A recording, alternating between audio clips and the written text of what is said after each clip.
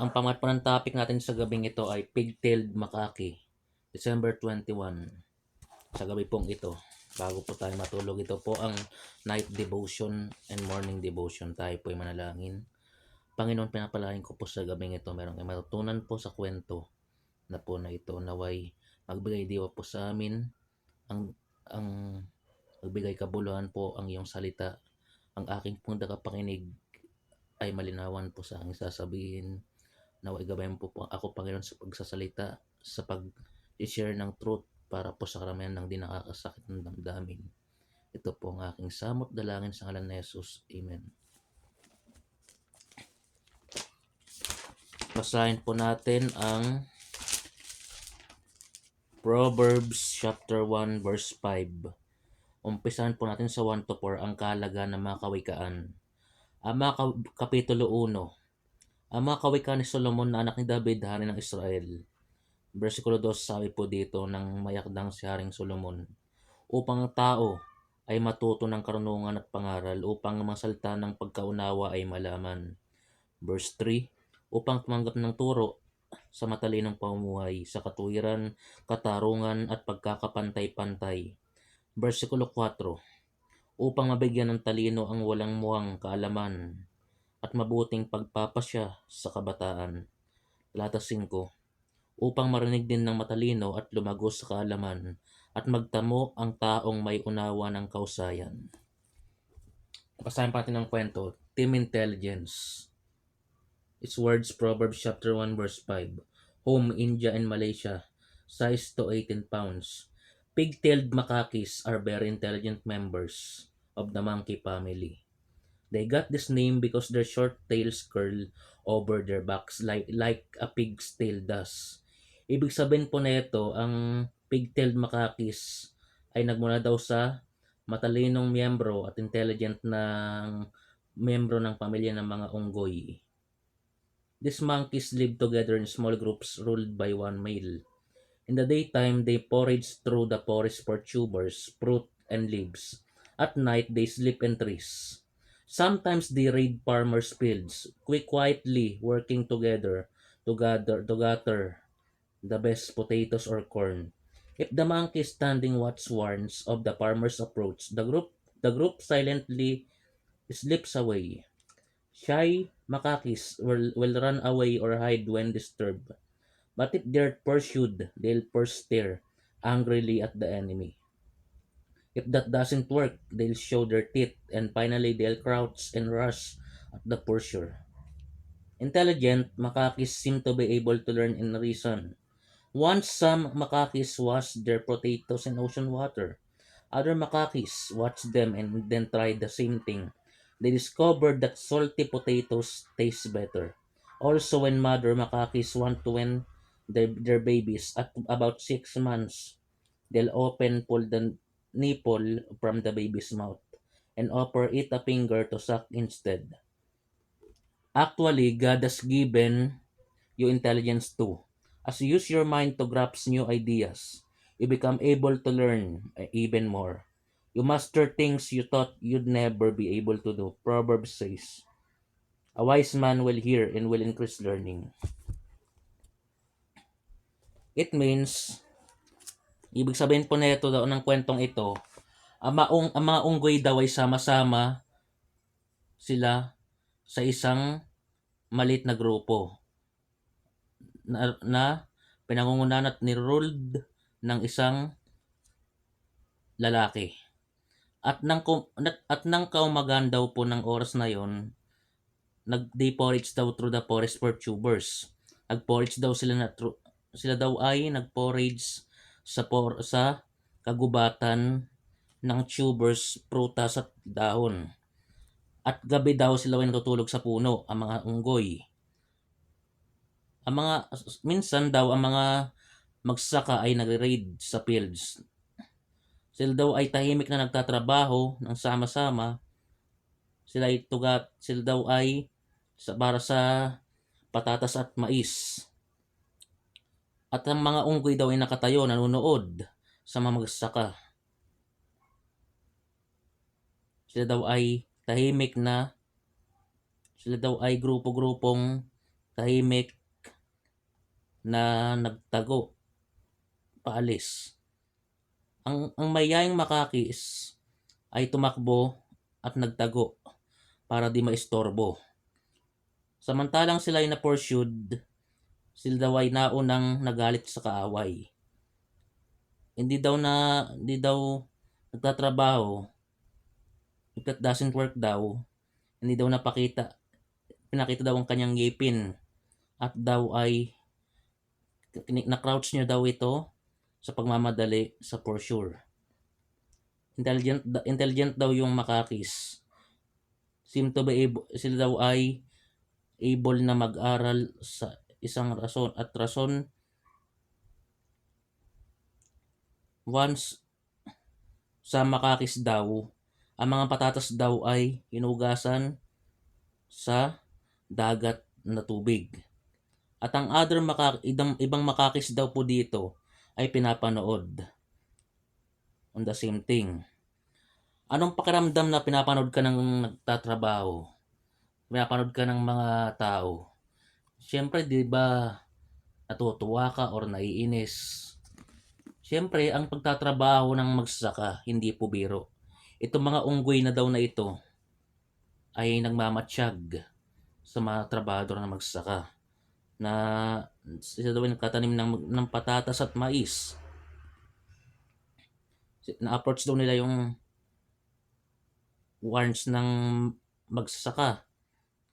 Siguro inistorbo nila yung magsasaka, nagalit, kaya nainis. Ayaw niyang ginugulo siya ng mga hayop, ng mga unggoy. Kaya ang Panginoon daw binibigyan tayo ng intelligence. Intelligence sa trabaho, intelligence sa pag-aaral. Kasi magsaka, ayaw nilang naistorbo sila ng mga hayop. Unggoy man, kung ano mang hayop. Basta sama-sama silang nagkumakayod parang langgam. Ang langgam, sama-sama silang nangunguha ng pagkain. Teamwork kung tawagin. Sa pag-aaral po dapat may teamwork. Pagdating sa groupings ng project, hindi yung nagsosolo ka. Sa trabaho, hindi ka pwede magsolo. Kailangan tulong-tulong kayo. Teamwork. Sa trabaho, ganun din po. Ang pag-aaral trabaho, may teamwork po yan. May individual, may groupings. Sa pag-aaral po yun, may individual, may groupings. Pero sa trabaho, wala pong individual. Meron pong individual, yung may sarili mo yung tindahan. Ikaw yung may-ari. At yung teamwork, dun yung mga trabahador na sama-sama nagtatrabaho, mekaniko, painante, kasama ng tsuper ng truck, nagbubuhat ng mga PVC pipes. Sapagkat ang Panginoon daw nagbibigay daw sa atin ng intelligence. Sabi daw dito upang tao ay matuto ng karunungan at pangaral, upang masulta ng pagkaunawa ay malaman. Ibig sabihin ng dapat daw ang tao ay matuto ng karunungan mula po sa itaas, hindi po mula sa ibaba. Kaya tayo nag-aaral dahil binigyan tayo ng talino ng Panginoon sa tama. Kagaya na rin Solomon, siya ay matalino. Binigyan siya ng karunungan ng Panginoon at talento. Kagaya ni David, binigyan siya ng talento sa digmaan. Siya ay nagwawagi. Binibigyan siya ng kalakasan, binibigyan siya ng tapang, at inalis ang takot ni David sa mga kaaway. Kaya nalupig niya si Goliath sa tulong ng Panginoon. Hindi po sa tulong ng kanyang sarili.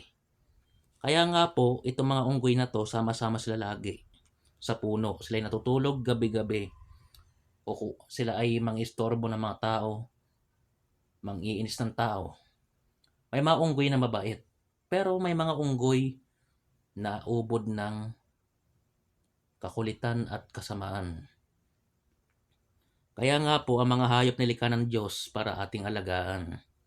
Hindi para abusuhin, hindi para kitlin, na parang pagkain lamang. Yung manok, pwedeng kitilin po yun para gawing pagkain. Ang baboy, pero nakaka-high blood.